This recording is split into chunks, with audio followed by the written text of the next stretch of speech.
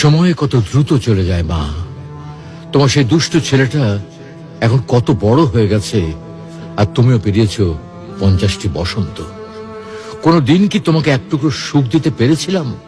কেবলই মনে পড়ে তোমার সঙ্গে বিনা কারণে রাগ করে কথা বলার মুহূর্তগুলোর কথা। মা, মা, আমি ছোট, অবুঝ আমি তোমার কাছে। আমি তোমার সন্তান মা।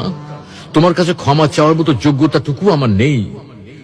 সন্তানরা হলো ধারালো চাকুর মতো, না চাইলেও মায়েদের কষ্ট দেয়, আর মায়েরা তাদের ক্ষমা করে দেয়। শুনেছি মা আর সন্তানের মাঝে অজানা একটা বাঁধন থাকে, যে বাঁধনের কারণে মা সন্তানের কথা কোনো মাধ্যম ছাড়াই শুনতে পায়। তুমি কি আমার হৃদয় থেকে কথা বলাগুলো শুনতে পাচ্ছ মা?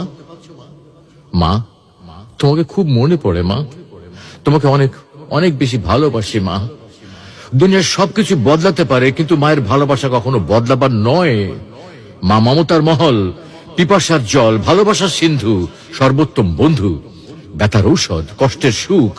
মা চাঁদের ঝিলিক, মা যে স্বর্গের মালিক।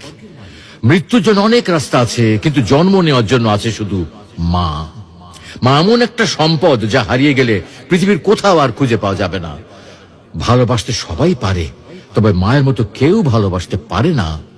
আমার প্রথম স্পর্শ মা, প্রথম পাওয়া মা, প্রথম শব্দ মা, প্রথম দেখা মা। মা আমার জান্নাত, তুমি আমার জান্নাত মা।